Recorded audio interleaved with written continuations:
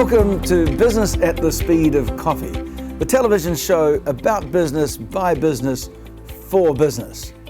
As a matter of fact, I was having a cup of coffee with an old friend of mine, Bindi Norwell, the other day. Bindi just so happens to be the Chief Executive of the Real Estate Institute of New Zealand. And we started talking about property and the real estate market and so on. And we realised that actually this would be of great interest to our viewers. New Zealanders are really long on real estate. It's basically a national obsession.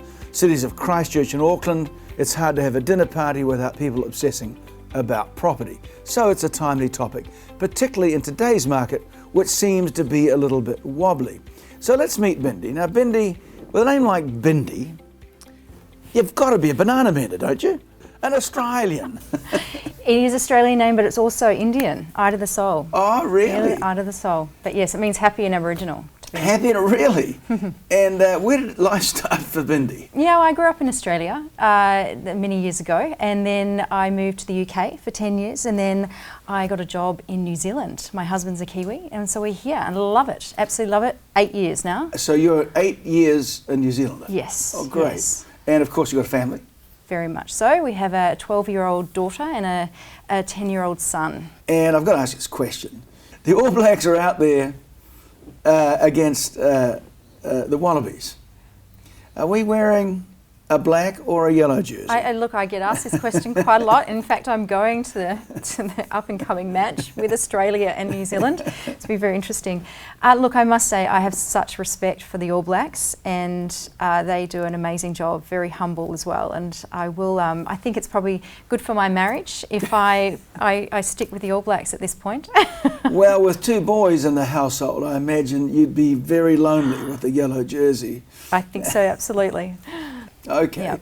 So today we're a chief executive of one of New Zealand's most important institutions, family settled here and so on, but where did it begin? In Sydney or Melbourne? In Melbourne. So I actually grew up a little bit outside Melbourne in the country, and then moved to Melbourne when I studied, and yeah, it's What did you study?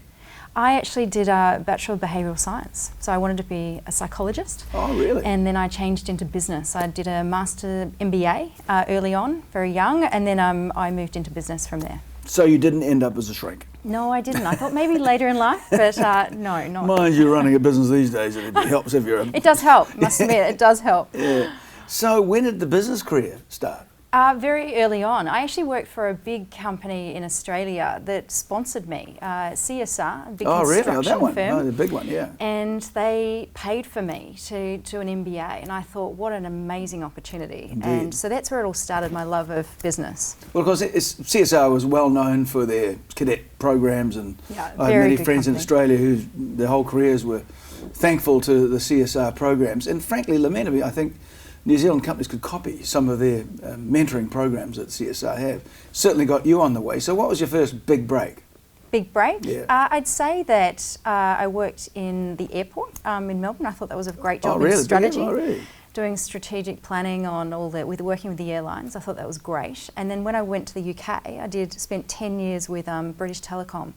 British Telecom was interesting because it was in decline mode. People didn't use their mobile phones. Use their mobile phones, didn't use their phones.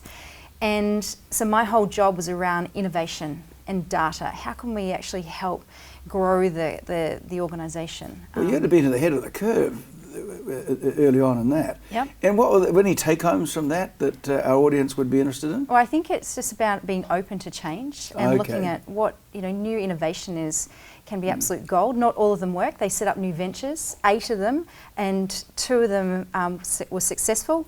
The rest failed. So it's about having that, being able to be open to failure as well. So I learned that very early on. That's an interesting thing. 2 out of 8. I mean, that's 6 failures. Yeah. A lot of people in New Zealand are very unforgiving on things that don't work out. But actually, to get some to succeed, you have to have some fail. Yes. So from Telecom, where to then? Well, actually, I was offered a role when I was in the UK, in New Zealand. And so I took the role, which was a great opportunity, worked for Kantar, which is a sort of a research-based consulting firm about customer experience, leveraging data. And so I worked with companies all across New Zealand, and it was a good way to really understand the market. So from New Zealand Post to Nestle, understanding how they can better meet their customer needs. Well, that kind of makes sense when we start talking about real estate, I guess. So you joined the Real Estate Institute a few years ago. Can you tell me what Real Estate Institute, REINZ, actually is? Yeah, How sure. big? What's there? Who? Well, I mean, I guess it's the Association for Real Estate Professionals, and we have 15,000 members across the country. Is that companies or people? That's people. So you join as an individual? Well, you join as a company and an individual, so both actually. Okay. So there's thousands of companies, but also 15,000 individuals across the country. So we cross commercial, residential, industrial, rural, and property management. So quite the breadth of property. What percentage of the people who are selling and buying, in the business of helping people sell and buy real estate, are in the Institute? In other words, are there people selling property that are not in the Institute? I think so. It's about 97% we have as members. That's a and very it's a nice voluntary organisation, so you don't actually have to be a member. So there's no compulsion? Nope. You don't have to be a member. So we're very grateful that we've got such a high membership, because I think that's what's made us quite a strong organisation. Do you have a code of ethics or anything for the members to follow? Absolutely. Like, there's a huge code of ethics. And so, I mean, really, agents have to abide by that, else they can't be a member. Have you ever turfed anyone out? Yes, we have actually, in the past. So Absolutely. you do expect a high standard from the people who are members of the Institute, or in fact dealing in property. Absolutely. Is there not? Do you have a government relations part of the business? Well, we have. It used to be together with the REA, which is the government agency regulating the industry. They separated a number of years ago. You can't really have the ambulance and the police together.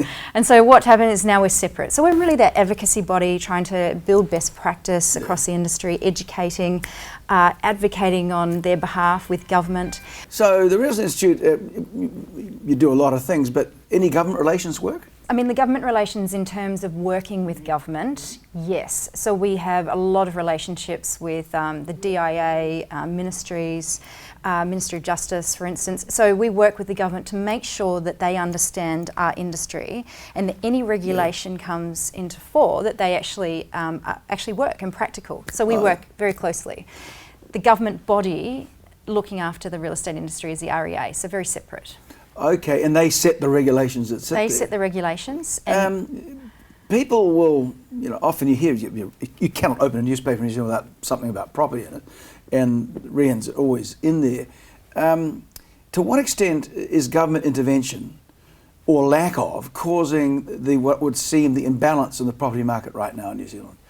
I think the government's made it very clear that they want to try and moderate growth. In particularly, we've had 10 years of very strong growth. I mean, in fact, it's grown over 100% over 10 years, the property market. So by property market, you mean the amount of transactions? No, the price. Oh, the price. So the price has grown over 100% over 10 years. So I think the government has trying to put some brakes on the industry to make it more affordable. It's all about affordability. So let's unpick that. 10 years, properties have doubled. So if your income hasn't doubled, you'd have to say they're half as affordable. Yeah. And is that kind of the math reasonably? Exactly. So incomes haven't as grown as much. No. But, I mean, it's different now in Auckland, which we can get to. But, I mean, it's the lowest home ownership in 60 years. Is that right? So that's why the government is putting a huge amount of emphasis to try and improve affordability. We've got a lot of people that can't afford to get into the property market. Well, we've heard a lot about this housing policy and the Kiwi Build. And it's, I mean, I think we all felt it was well-intentioned, but it really hasn't fired. What are the problems with it? Gosh, that is a big question. I think there's a multitude of things. And overall, the initiative is a fantastic initiative. We need, it's 100,000 houses over 10 years. We need more properties. We're in 104,000 deficit in New Zealand at the moment, and there's 60,000 in Auckland. So we need more properties to keep up with demand. We've got positive net migration. Population's still growing, isn't it? Net migration, positive. So I think that there's a multitude of factors, and I know that Minister Phil Twyford is looking at a reset. So this is about, okay, what have we learnt? What's going wrong? How can we fix it? And then sets hopefully some new targets. But I think there's a multitude of things. Well, I don't know what you think, but I mean, I've looked a little bit at this. It seems to me that getting houses built, it's almost impossible to get all the planning laws. The Resource Management Act's the famous one. There's the Building Act and all these other acts, and the local government interface. But it does seem to me that there's a fair bit of rigor mortis in there. And is the Institute part of that discussion? Are you trying to unjam that logjam? We are helping where we can, particularly getting involved with things like HUDA, which is the new initiative in the Housing Urban and Development Authority. Is that actually going? Is that actually happening? It will be, yeah, I think it's all happening, and they're starting to have discussions with the industry about how they can actually break down those processes. And so we're helping with data and help and understanding the industry. So yes, we do help where we can. Because you are an absolute goldmine of data, I understand that. Yeah, we would collect the data from the agents all across the country, and a lot of them in real time. So we have a really good read of what's really going on in the market. Is it going up, down, by country, by suburb, suburb by region. So it's really important information. There could be a perception out there that, for particularly people who haven't got houses, that it's a get-rich-quick scheme, that it's gamed by incumbent players, that it's very difficult for those to get ahead because the fat cats have already got the money made. Is there an element of truth in that? Well, I think that property is very much a long-term game. Okay. And in fact, the cost you mentioned before, it's really costly to renovate a house, and you hear of flippers. And the amount of expense, then you've got to pay an agent fee, you've got to pay your tax if you sell it under 5 years with Brightline. So there's not a huge amount to make in a very short period of time. So the flipping houses is a myth a bit. I mean, it happens, but it's probably not as profitable as it was many years ago. So it's a long-term game, but I'm hearing investors exiting the market, and the reason why is because it's going from a capital growth to a yield, and it's a very different business model. And the yields are very low. They're low, so it's a long-term game. And you think about all of the changes in regulation, the healthy homes, the insulation, all these are costs. Yeah. So it's getting harder. If you're about to be a renter for a house, should I look for a house being rented by one of your members, or the weekend warrior mum and dad renters? Well, it depends on where you want to live, but I mean, we always advocate to use a really good property manager because they will know the laws and legislations around what's required. But we're also advocating for the property management industry to be regulated. Are they members? Yes, we have a lot of property management members. However, it's not regulated. Really? So someone can actually be a property manager with no credit checks, they can have no trust fund, they're going to hold your money from your bond and actually have exactly. So there's some amazing property managers out there. So there's risk there if you deal with those people because they unless you deal with a very good one, a reputable one that is a REINZ member as well, we'd say that. But I think that you've got to be careful because there's a lack of regulation. There are some that aren't great and may run off with your trust money. So if you're going to rent a house, do a bit of due diligence, or apartment, particularly who you're dealing with. Absolutely. Apartments is another story. Of course, there's been this endless sad array of apartments that are leaking. You can't go anywhere without plastic bags being over them. If you're buying an apartment, what would you suggest somebody do to be careful about that? Any recommendations? Well, apartments are becoming more and more popular. In fact, I looked at the data, I mean, it's from about 9% of sales to nearly 12-13% now. Gosh, that's grown. Yeah, it has grown. And it's growing even more because with the unitary plan, particularly in Auckland, it's opened up opportunities for great apartments, centrally located, scooter parks, they're what demographic? Younger people? Yeah, usually younger people that want to get into the market. But I think that if you answer your question, people need to know about the corporate fees and, there might be a lower price, but then you might have some add-ons. So you've got to be really careful. Sinking fund is another one. Exactly. So you've got to be really careful with the actual additional costs that come into it. But they're a fantastic opportunity to get into the market. So do you think that, for a while there, apartments were not, I guess the investment in them was questionable because some of them didn't do very well, but you're saying that's somewhat changed with New Zealand's attitudes to apartments. I think the culture around apartments has changed over the years, and there's just the more and more new apartments that are actually fantastic, well built, centrally located. I think that's opening up and changing the psyche around it. Now, Bindi, I'd like to talk a little bit about your management style. And you're a young woman who's running an important organisation with quite a lot of people working for you. And of course, in today's world, management and women in business, sort of a big talk. Can you tell me any challenges that you might have had, particularly being a woman in what was largely for a long time a man's world? Well, I just think I just get on with and do the job. Yeah. And I think very importantly, it's around being very authentic. Yes. It's about being very transparent, and I'm big on culture. And I think it's about people building, as a leader, you build other people up to do a great job. And that's my role. And I love it. And so I think I've just got on with the job. I haven't really thought about, it's been tough or hard. Yeah. And I know it's hard, but I've just got on with it. For other young aspiring women who were looking for perhaps a chance like you've had, any recommendations or advice? I just think that, if people generally want to do, have a leadership role, absolutely go for it. I think there's lots of opportunities, and it's about finding some really good mentors in your life. I think I've had some great people to help me along the way, and even just bounce ideas off. And I actually think it's absolutely achievable. I've got 2 young children. And I'm not saying it's not tough, it's hard, and we work really hard, my husband and I, but I'd say that, I think I'd be, I'm happier if I'm working, and that's just me. Well, I mean, you really, what I'm hearing is desire and ambition and goal setting, all those things, which actually apply to anyone, man, Absolutely. woman, young or old. So they work for everybody equally, I think, and I think that's a really good advice.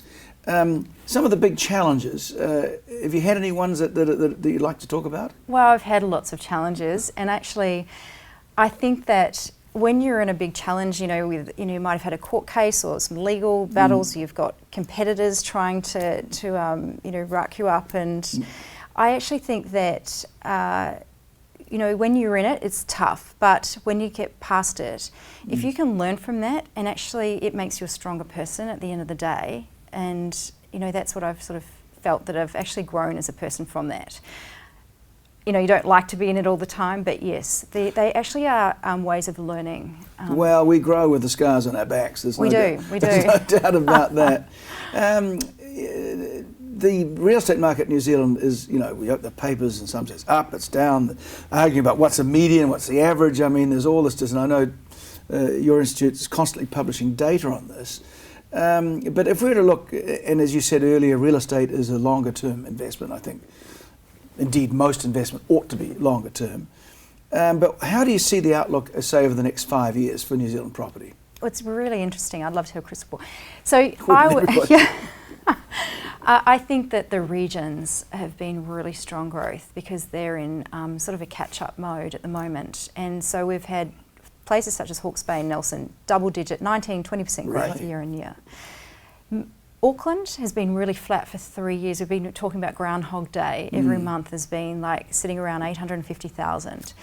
If I was going to look forward, I'd think potentially with the change in interest rates. I mean, they're low. Yeah, they're going to get lower probably. Absolutely, probably will get lower.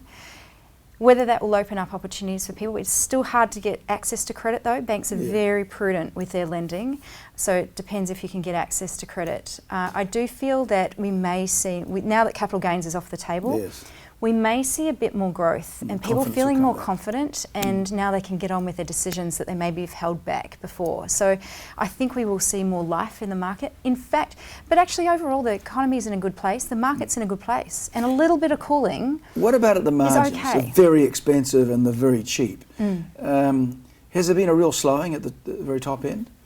Well, I think good properties that are well marketed, good family homes are still very, they do very well, and because they're quite limited in how many are available. So we may have seen a tiny bit of slowdown in that top end, but I haven't seen a huge amount of Is the money sign. in the house or the land? Well, it's interesting that the land, well, it's both, but the land prices have gone up. I think from $700 per square metre to like $1,500 per square metre over the last 10 years. So they've more than doubled. So you've seen this land price going up, we've seen the section sizes going down, and this is what has made it so expensive in some ways. And of course, anybody building anything, am I right in saying roughly 30% of the cost is paperwork? So it's a bit of a problem. Don't I know that? So you're saying, sort of in summary, the market's fairly steady. Yep. The recent policies look like they're working, the bright line test and so on. LVR. Foreign investors Buyers. having a bit more difficult. That's had some effect. So all of that, every bit. So are the policy settings about right? Well, I think they've tried to moderate growth, and I think they've done a really good job, particularly in Auckland. I think that we needed some new legislation in place, and for healthy homes, there are so many homes that aren't under the standards of most of them owned by the government. Warm, dry homes, and children need. Have the right to live in a really warm, dry home. So those kind of things are important for our health, our sustainability. So I think, there's some amazing policies. I'd like to see LVRs lifted a bit for her first home buyers. I find it's probably still hard for them to get into the market, or have some innovative ways of helping them get into the market. But have you had a chance to compare what's happening perhaps in your old country, Australia, relative to New Zealand and the way they handle their housing? Well, I think they've got similarities, but what we're seeing is they're quite different, particularly around that supply. So they've had 165,000 oversupply in the apartments. In apartments, and huge construction boom. And then we've still got 105 deficit. So the supply That's a real issue difference. is a real issue. I guess we've got slightly different debt levels, but look, I think that supply is the key difference why we've seen so much more cooling in Australia. The unitary plan in Auckland came in a few years ago, which was going to allow for intensification. Are we seeing that? Yeah, we're seeing opening up of a lot of houses that are getting shipped away, and apartments now being built in those same spaces. And they're selling? Yeah, they are. I mean, as I said, they open up opportunities to live centrally. Close to transport hubs, particularly. So I think, the unitary plan is opening up. I think we need more opening up of land, though. We do need. What's great are those new developments like Stonefields, Hobsonvilles. I think there's more plans for those. They're round. They've got schools. They've got transport. I think those kind of initiatives are fantastic for new housing. Before we go, I need to. And I know our viewers are going to want me to ask this question. If I join one of your members as an agent, is that a passport for me to become a multi-millionaire overnight?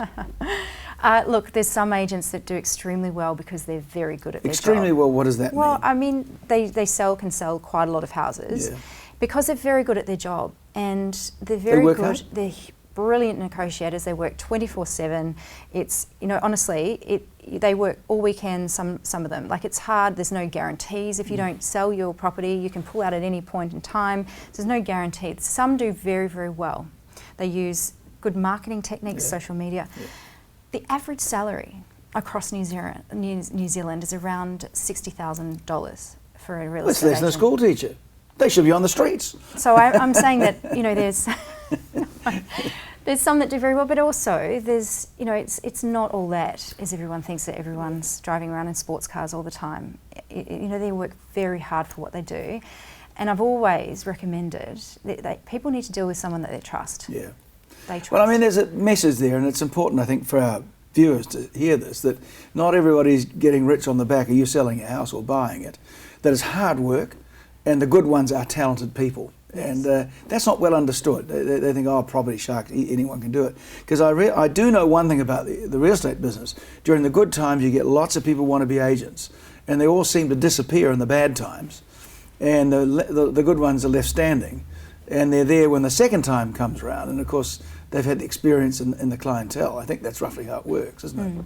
Yeah, and I must say, looking at the stats across the market, we do have a lack of younger people. So, it's an older demographic as agents. Yes, and it's under 10%, around 35. And so we've got, we're really trying to help people see this as a profession, and that, they do a huge amount of training every year as well. Does the Institute provide training? Yep, so they do 20 hours of training every year to get their licence. Really? 10 hours of verifiable, set by the government, all around legislation, policies. So I think that they do quite a lot every year. But we also need to help young talent come in as well into the market. So that's what we're working on with young people in real estate, and helping them flourish as well as a career. If there's a young person watching this show, if they recall the Institute, could you steer them in the right direction? Absolutely. We're very happy to help. In fact, tomorrow night we've got a a networking event for young people in real estate, sharing stories. Oh, really? We've set up a new conference for anyone's welcome to come along. We've got great speakers. So I think this is an area that if anyone's interested, we can help. What sort of qualifications do they need to have? They need an agent's licence. Okay, so you don't have to have a PhD in real estate. No, but that can take 18 months to do. Oh, really? Yeah, and it can take 6 months. It depends on how fast you do it. It's at your own pace. But you need qualification and you need to do 20 hours every year. Can you be working while you're learning? Yes, that's what I'm saying. You can stretch it out if you're working. But you do need to be mentored and you need to go under someone else's licence while you're training. So the trick is to go and work for an experienced person, help them out and put up the signs and do the basic stuff. Absolutely, learn the ropes, as with any industry trade. Now, in the immediate future, Bindi, for you, what does the immediate future hold? You got a conference coming up, or what's happening? We've got lots coming up. A conference. As well with the young people in real estate. I mean, we do 50 or so events every year. 50? Actually. Yeah, so there's quite a lot.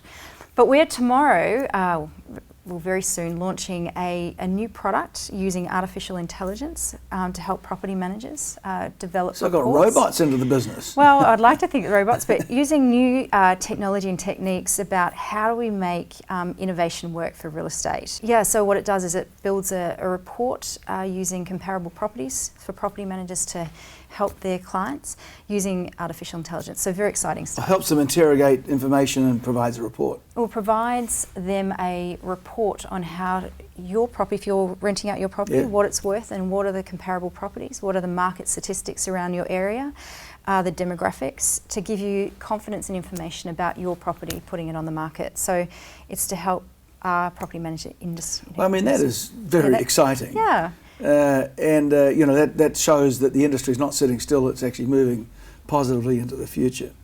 So, viewers, you've heard about real estate, and I know you want me to thank Bindi for her incredible stewardship of the industry, and of course, this evening, giving us a very dear and close insight into how the property market operates. And indeed, she's an inspiration for all of you younger people to get into the property business. So, Bindi Norwell, thanks for being on Business at the Speed of Coffee. Thank you very much.